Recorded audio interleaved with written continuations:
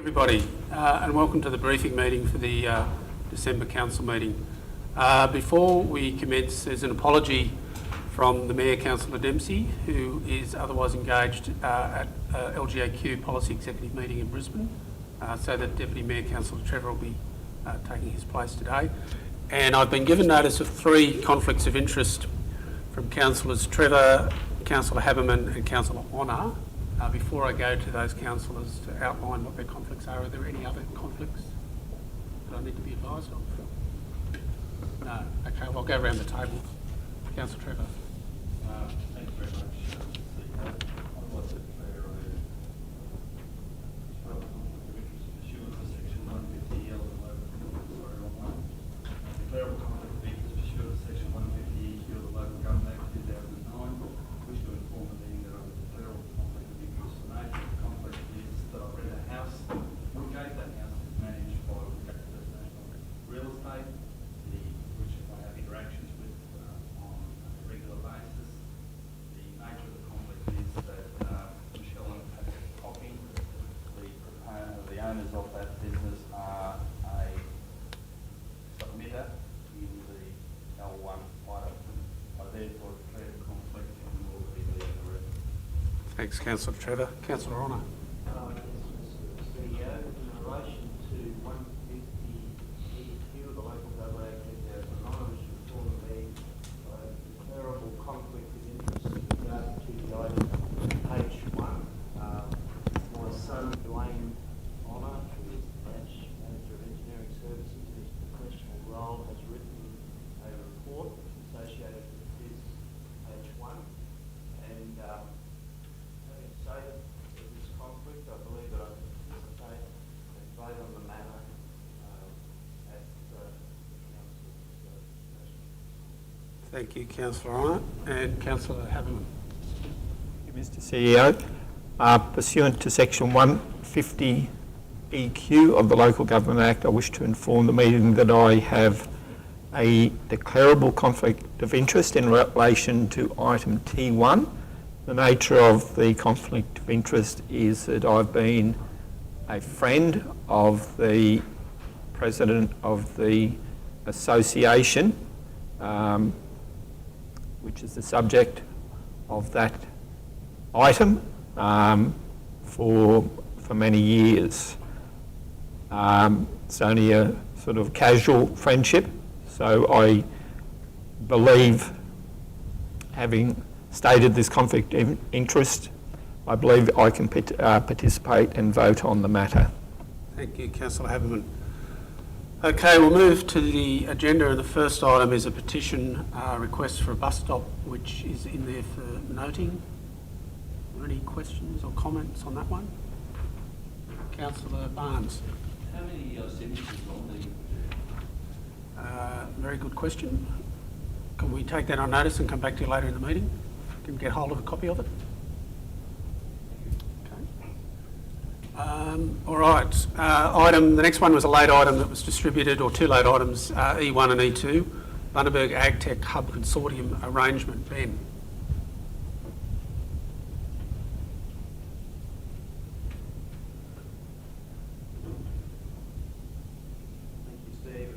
Councillors, the next 2 items are effectively very similar in nature, that they both seek the authorisation for the CEO to enter into memorandums of understanding or consortium agreements, which are effectively the same thing. The first one's between the Council and CQ University in relation to the Bundaberg AgTech Hub. Council will be aware of been working with CQU and other partners to develop an AgTech hub in the former administration building there at Bargara. This agreement will see us work formally with CQU and other partners, but hopefully over the next 3 years to build out and develop our regional strength in agriculture through the use and adoption of agricultural technology through the hub, but also broader regional economic initiatives to enhance the growth of AgTech innovations across the broader region. So this MOU is about it will give some sort of guidance to the relationship between the council and the university. One part of the agreement is that there will be joint appointment of a hub manager that will manage the hub to an extent, but also the broader initiatives across the region to grow ag tech over the next 2 years. So that's at the MOU or the consortium arrangement with the university. Just sort of outlines the roles and responsibilities in that relationship, and seeking the CEO's a resolution for the CEO to enter into that consortium arrangement with the university. The second item. We'll just pause there and just see if there's any questions or comments. Okay. The next item, similar again, it's an MOU between the Council and the Queensland Department of Education. This MOU is to formalise the work we're doing to advance the Challenger Learning Centre. This relationship will allow us to sort of negotiate on the next level of detail with the Department of Education around potentially funding a teacher position that would go into the Challenger Centre should it be established and set up and funded. So it's a fairly simple relationship between us and Department of Education that will guide those negotiations over the next 6 to 12 months to try and identify the resources to fund that position should the Centre go forward. Thanks, Ben. Any comments or questions on the Challenger Centre? No? That's it. Thanks. The next item is a financial summary as of 1 December. Simon.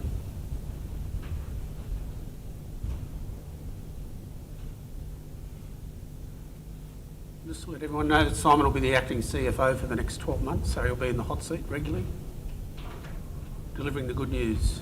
Thanks.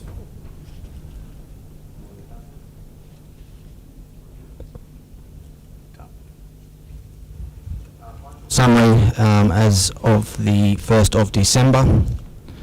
Just a few highlights to point out. In terms of fee and charge income, there's been a considerable volume of commercial waste taken at Kinkuna during the month of November, so the waste fees are trending higher so far, so we'll make an adjustment in the budget for that. There's also a number of, as council will be aware, parcels of land, particularly down at Kinkuna Estate, which have settled so far this financial year. So those two items have seen the recurrent income slightly more than what we had expected in the original budget. In terms of recurrent expenditure, largely that's on track across the different expenditure categories. There is a variation between the funds on depreciation as outlined in previous reports, and that again will be adjusted in the half-year review to come to council in January.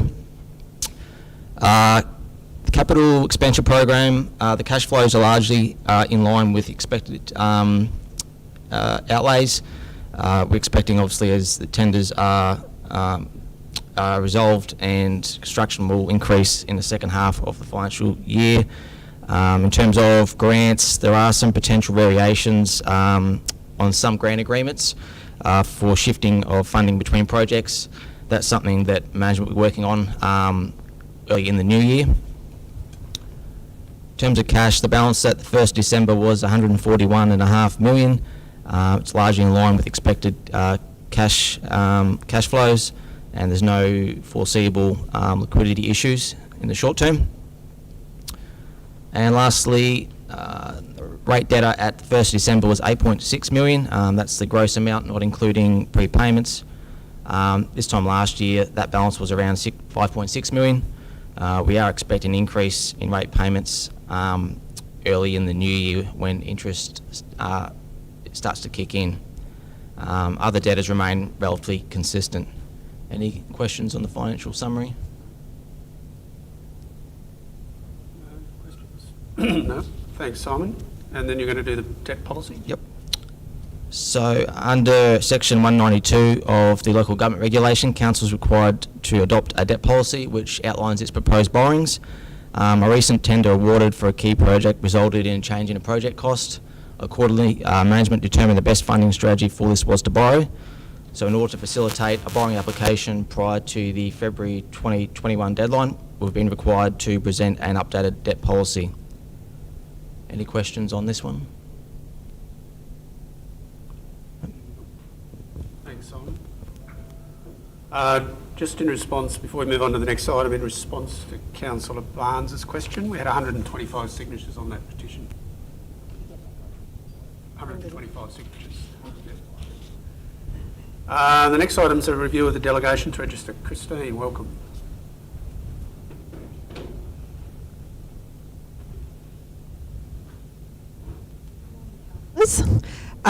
This report is in relation to the Delegations Register.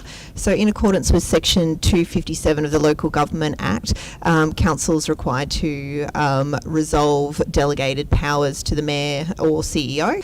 The register is being updated presently because of substantive changes that were made to the Local Government Act and Regulation, which came into play in October. So the Delegations Register has been amended, and that report is, and the proposed amendments are provided with the report as to the changes that council officers suggest, and the register is available for adoption by council. Thanks, Christine. Questions or comments? No? Item G2 is in regard to the sale of 3 lots at Kinkuna Waters Estate. So Council's been working with real estate agents for 3 buyers. They're interested in Lot 13, Lot 35 and Lot 36 at Kinkuna Waters Estate.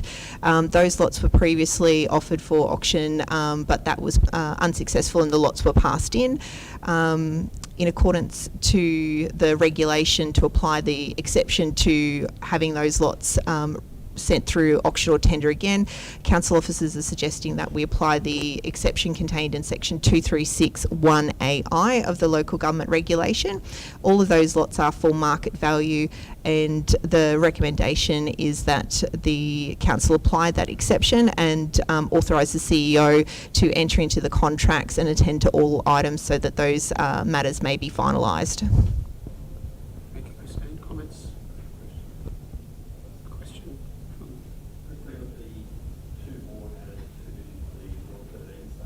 Yes.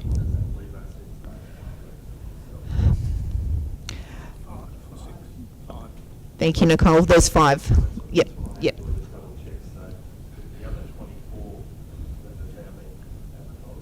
They've gone to tender, yes. Yeah, Yep. closing on the 23rd. 22nd, I believe it is, Tuesday afternoon at 2 o'clock. We've spoken to the agent that sold most of the lots in the existing stage. He's producing some promotional material, I understand, to run over Christmas. But it was important for council, if those last 5 blocks were to sell, that over that holiday period we had other blocks available, and that tender process will then enable us to offer those to the market.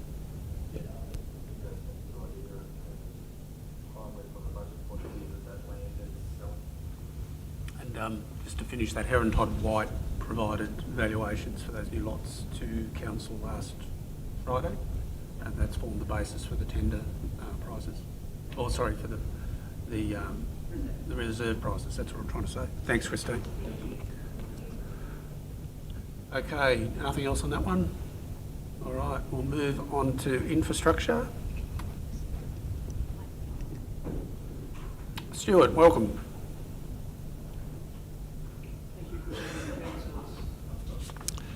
Councillors, this report seeks your authorisation to purchase at-list software from the suppliers without first seeking quotes from other potential suppliers. The software in particular complements our traffic counting software, which is Metro Count, and to our understanding there is only one supplier of this software. The purchase of this software will result in significant time savings for staff, and it would be impractical to invite quotes when there is only one supplier. Hence the recommendation that Council resolves in accordance with Section 235B of the regulations. Thanks, Stuart. Comments or questions? No? Thank you. Next item is L1. Councillor Trevor's declared conflict. He's going to vacate the chamber. Welcome, Sarah. You're going to do both planning ones? Yes. You're lucky.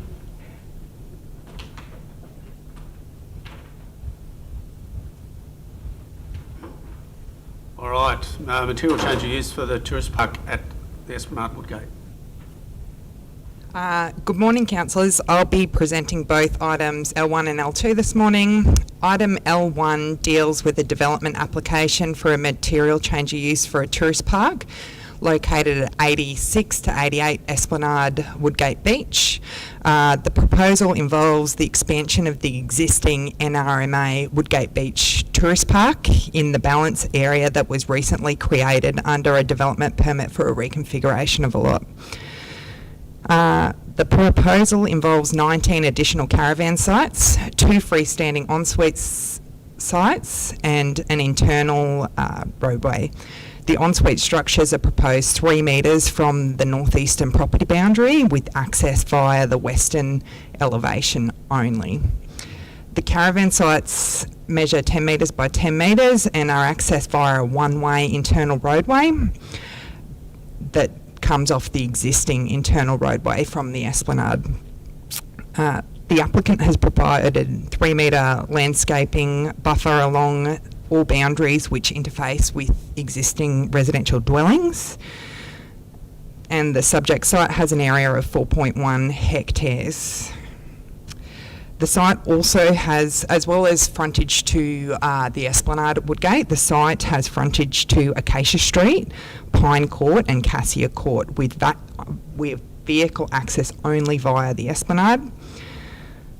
The application was subject to impact assessment and was publicly notified in accordance with the requirements of the Planning Act. Council received 26 submissions during the public notification period, with 22 of these being properly made. Issues raised by submitters included shortage of amenities, commercial use of residential land, road construction standard of the Esplanade, need, demand, density and impact to residential amenity. The assessment undertaken by officers has highlighted some key planning issues. A consideration within the higher order outcomes of the planning scheme is need. Within the application material, the applicant put forward evidence that there is a need for the existing tourist park to expand, with the applicant stating that caravan park has increased a 50% increase in demand for powered sites for caravans since 2017. The applicant also confirmed that their existing tourist park is regularly at full capacity during peak season.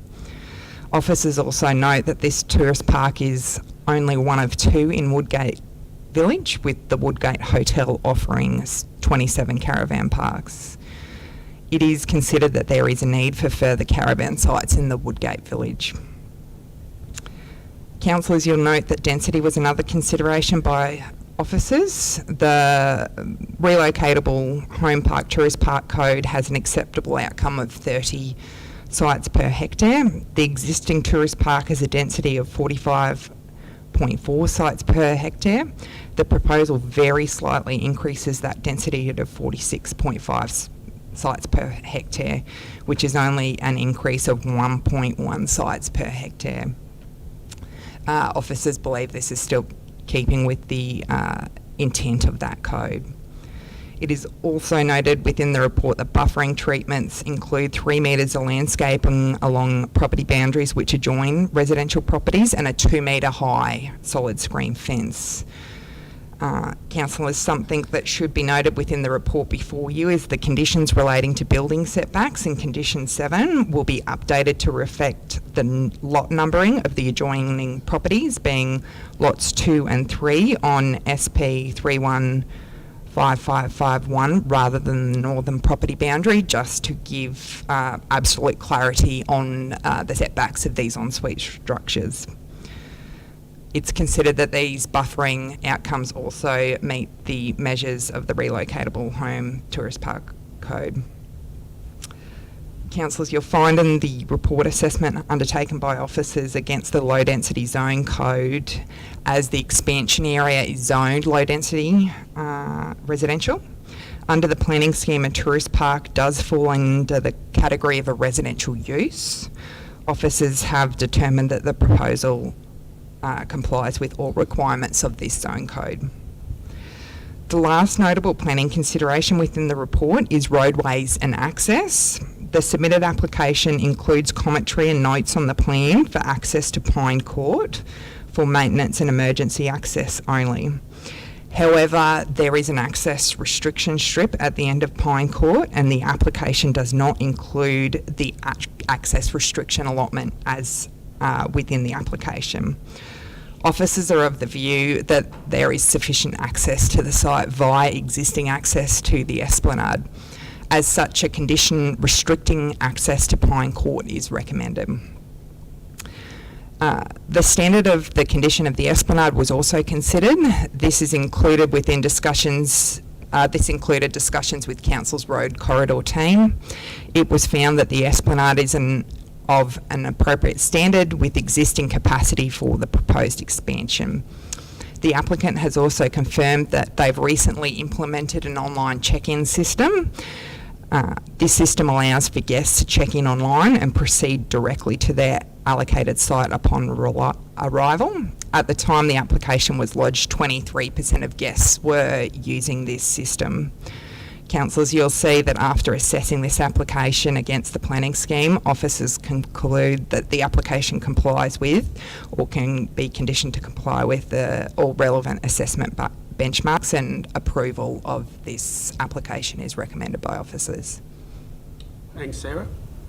Comments and questions? No? Okay. L2, thanks. Oh, sorry, we'll get Bill back. Oh, yeah.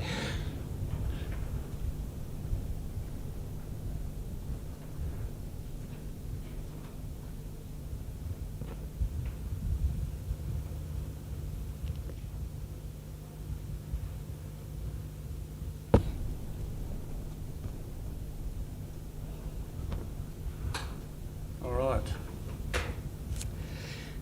Councillors, item L2 deals with a development application for a preliminary approval for a material change of use, being stage 2 of the Burnett Heads Boat Harbour Village, which is a mixed-use development and includes a resort complex with ancillary shops, restaurants, bar, recreation and conference facilities, short-term accommodation and multiple dwellings, incorporating a component to vary the effect of the Bundaberg Regional Council Planning Scheme 2015 under Section 61 of the Planning Act.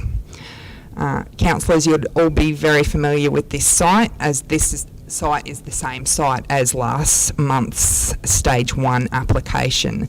So in my presentation today, I'll focus on the key points of difference of this application rather than repeating what was already presented to you last meeting, which included site history, zoning, development impacts on marine turtles.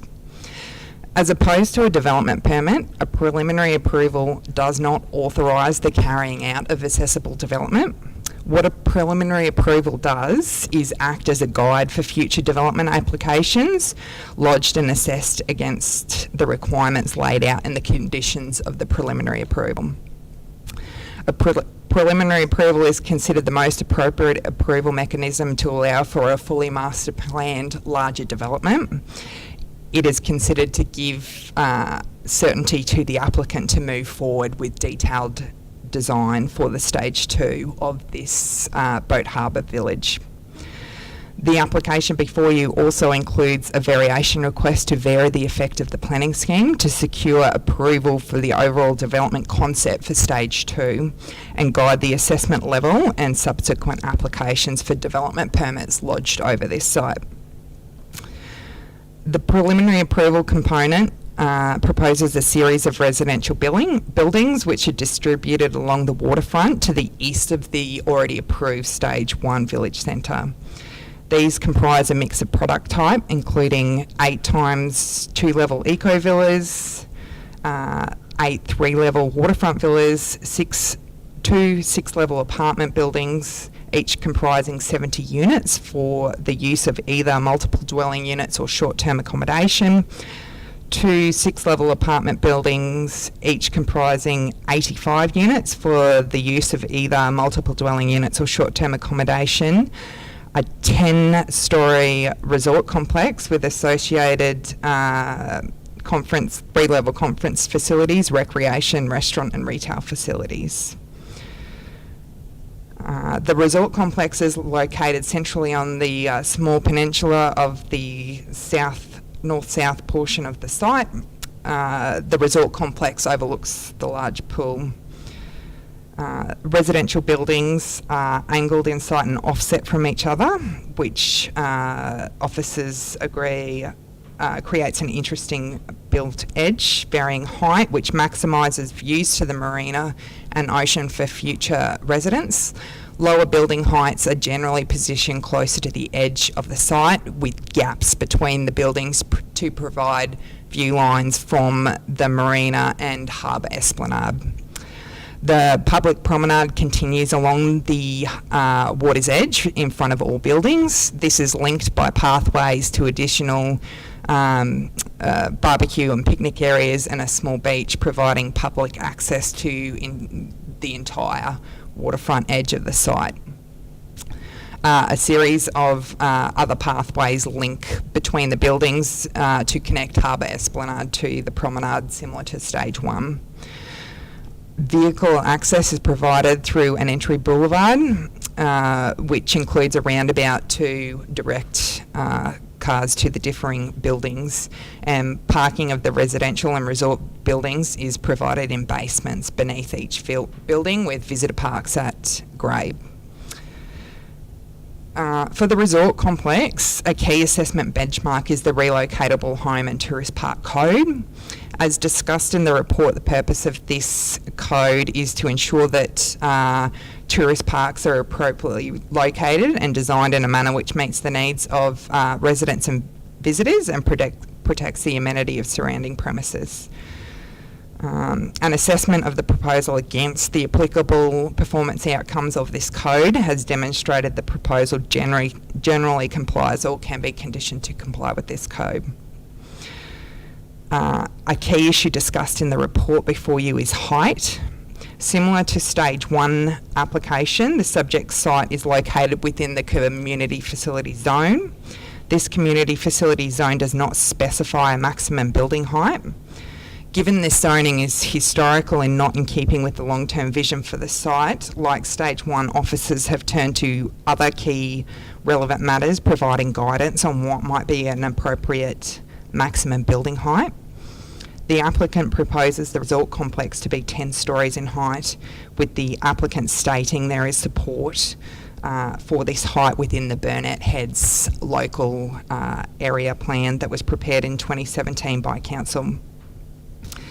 However, since the Burnett Heads local area plan was endorsed by Council, other relevant planning matters in relation to heights have overtaken that within the local plan. One important relevant planning matter being the Minister for State Development and Manufacturing and Planning's call-in, reassessment and decision on the 26th of April 2019 for the Esplanade Jewel application, which was located in a neighbouring coastal community, Bagara, and that site was zoned high density residential. The second most relevant matter in relation to building heights is the state-directed temporary local planning instrument for building heights and sea turtle sensitive areas, which also came into effect since the adoption of the Burnett Heads local area plan. The applicant was requested within Council's information request to provide further grounds for the proposed height over and above that envisaged for other coastal areas. The applicant did not prepare and submit the requested information, rather provided justification for the 10 stories from a turtle management perspective. Given officers do not have detailed design plans demonstrating compliance with the high density residential zone code and the multi-unit code, it is recommended that heights above 6 stories be subject to impact assessment and the entire planning scheme be an applicable assessment benchmark, including the strategic framework. Furthermore, this will enable the community to have their input and views on detailed design in the circumstance any application over this height is lodged and assessed by Council. In this regard, officers recommend that a variation to the planning scheme differing to what the applicant has requested be conditioned. The submitted height master plan is also recommended to be approved as amended by Council, with a condition confirming that the maximum height be 6 stories. A second differing issue to stage 1 application is that the proposal includes a public beach which is located on the northern tip of the subject site. It is unclear within the applicant's submitted material how the day-to-day operations of this beach is proposed, considering the pedestrian pathways to this beach, which is essentially contained within a private resort. Council would not be able to access and maintain this beach given its location. Due to public accessibility, it will require a public right-of-way easement similar to the foreshore path in Stage 1 and the continuation of the proposed path in Stage 2. To provide certainty to officers on how this beach will be maintained and operated, it is recommended that a condition of approval require the applicant to prepare a beach management plan just to ensure the safety of the community and users of that beach. The last component of the preliminary approval I draw your attention to is conditions relating to services and infrastructure. Unlike conditions for a development permit, conditions for the subject preliminary approval has been kept very high level, with requirements for the applicant to demonstrate that all regular services and infrastructure to be incorporated in detailed design for future applications, which will be assessed by officers at such time. These will be required to be provided in accordance with the planning scheme. The applicant has requested to vary the effect of the planning scheme to be in line with the submitted Stage 2 master plan and the zoning to be high density residential, and the associated levels of assessment to facilitate the development of the site be in line with the submitted master plan. It is considered that the variations to the high density zone code within the Bundaberg Regional Council planning scheme are generally appropriate, other than the proposed building heights above 6 stories, and these will allow the developer to deliver the intended character for the area. The application before you was also subject to public notification and was notified for 30 business days in accordance with the requirements of the Planning Act. A total of 43 submissions were made and 3 not properly made submissions. Councillors, you will note that within Section 8 of the report, there are only 42 addresses listed. This is because 2 different submissions were received by one submitter. They were both counted as properly made, however, their address is only listed once. Key issues raised within the submissions included level of assessment for future applications, timing of public notification, lighting impacts to sea turtles, building height, storm tide inundation, impacts on wildlife and the environment, character, visual amenity, zoning, open space, landscaping, state government assessment and stormwater. All of these matters have been considered in the report before you. It should also be noted that Queensland Treasury were a referral agency for works within the Coastal Management District and for state transport infrastructure. They assessed their this application against those 2 referral triggers and provided approval subject to conditions on a letter dated 13th of March 2020, which is included as an attachment to the report. Councillors, just following a review of the report last night, officers do think there should be one more addition to Section 7 in the reasons for decision, given the outcomes of the state's call-in and assessment of the dual application and the subsequent TLPI relating to heights in neighbouring Bargara. The TLPI will be added by officers as a material on which the findings of this report were based. A last point of clarification I should also draw your attention to is within the advice notes to be placed on the decision notice relating to infrastructure charges. This is currently pointing to the charges notice for Stage 1. This will be updated to reflect that the charges for all future applications under the preliminary approval will be charged in accordance with infrastructure policy at the time any application is lodged. No charges are applicable for the application before you. In summary, it is recommended the report before you for the preliminary approval and variation request be approved subject to conditions, As this is only a preliminary approval, Council will be assessing all future applications and be in control of design outcomes for these future applications, and will be able to enforce detailed conditions on these applications at such time they are lodged and assessed by Council. Thanks, Sarah. Very comprehensive. Comments and questions? No? Thank you.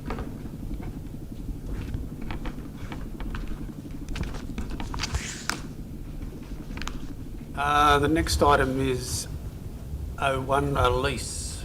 Christine.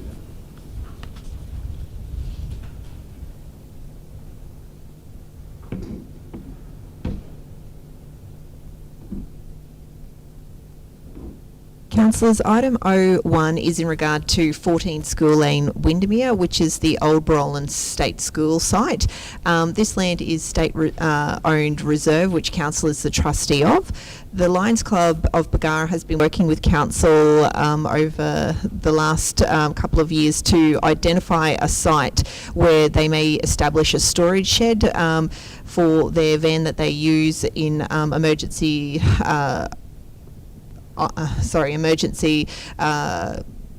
matters, and that they supply food and things from their food van.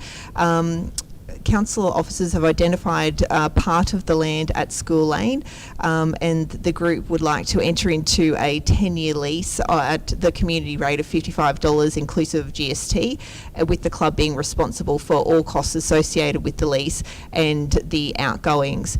The council officers propose to apply the exception to the matter being disposed of by lease rather than going through auction or tender, given that it's a community organisation. And the recommendation is that Council apply that exception contained in section 236(1)(b)(2), given that it's a community organisation, and that the CEO be authorised to enter into a 10-year lease with the Lions Club of Bargara for part of the land. Thanks, Christine. Questions or comments? Councillor Barnes. Thank you, Mr. Rosie. I wasn't present when the Lions Club gave a presentation, I think last week, but I think this is extremely encouraging given the extensive actions that they've taken to try and secure premises. They're a valuable organisation, not only to their members, but also to other parts of the community that benefit from the work that they do. So I think this is extremely positive for them, and they indicate that they generally mean our well-services. Thanks, Councillor Barnes. Any other comments or questions? No? Can move on to the next one. Yep. So item 02 is in regard to the renewal of the lease for community lifestyle support. Community lifestyle support are housed as well. They have a lease over that same property at School Lane in Windermere. Their lease is due to expire in June 2022. Part of the area that they lease will be reduced to accommodate the Lions Club, which Community Lifestyle Support have indicated that they are happy to surrender part of their site. The new lease will be on an initial term of 5 years. Rent will be at market value, and they will be responsible for their outgoings pursuant to the lease. And it's suggested that Council apply the exception contained in section 236(1)(c)(3) of the local government regulation, given that the disposal of the land is for the purpose of renewing a lease to an existing tenant. Thank you, Christine. Comments or questions? No? Okay, thanks. Councillors, item 03 is in regard to a renewal of a lease to Telstra Corporation. Telstra have a lease of a part of the property at Lot 4 at Buxton Road, Isis River. This property is currently listed on Council's website for sale, subject to that lease. The Telstra Corporation are requesting a lease of 10 years with a further 10 years on top of that. And it's proposed again that Council apply the exception in section 236(1)(c)(3), given that it's a disposal of land for the purpose of renewing a lease to an existing tenant of that land. Thanks, Christine. Any comments or questions? Councillor McPhee. I was just wondering, Christine, how big is the area that Telstra lease on the land? Is it just for like a piece of equipment or something? Yeah, it's a repeater station, so it's a little bit larger than, like an actual monopole site, Yep. but in the context of how big that actual lot is, it's only a very small area, and the advertisement for the sale of that land does say that it's subject to that lease as well. Oh, yes, yep, cool. All right, nothing else on that one? Thank you. We move into S1. Gavin.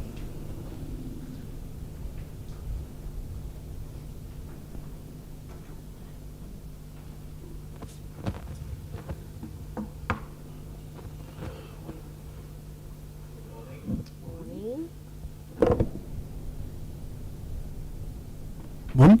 Morning, councillors. Morning, members of the gallery. I'm dealing with item S1, a sole supplier arrangement with Qantas Airways Limited. Councillors might be aware that throughout COVID, there was an incentive program effectively provided by the Queensland Government, which was called the Domestic Aviation Route Restart Program, to address the fact that airline industry had been particularly hard hit, as had the tourism industry, as a result of COVID. And they were seeking to support particularly regional airports in trying to get back to pre-COVID conditions in regards to services, airline services, and also in regards to passenger demand. So Council was provided a grant to assist with that process. I provided some feedback to councillors that we had some initial discussions at the time with both Alliance Airlines, who were flying at the time, and also Qantas, to see what we could do to directly incentivise and effectively get bums on seats. They indicated at that point in time that they were limited in their fleet. Their processes to bring planes back onto line is quite an extensive process from a regulatory point of view. So once they're parked up, they have to, and their pilots haven't been flying for a while, pilots have got to go through retraining process, and the planes themselves have to effectively go through a whole heap of start up and start down processes. So until the demand was there, they weren't likely to automatically put new planes on. And so they indicated to us when we talked to them about this funding that there probably wasn't a great deal that could be done in regards to direct incentivising to them.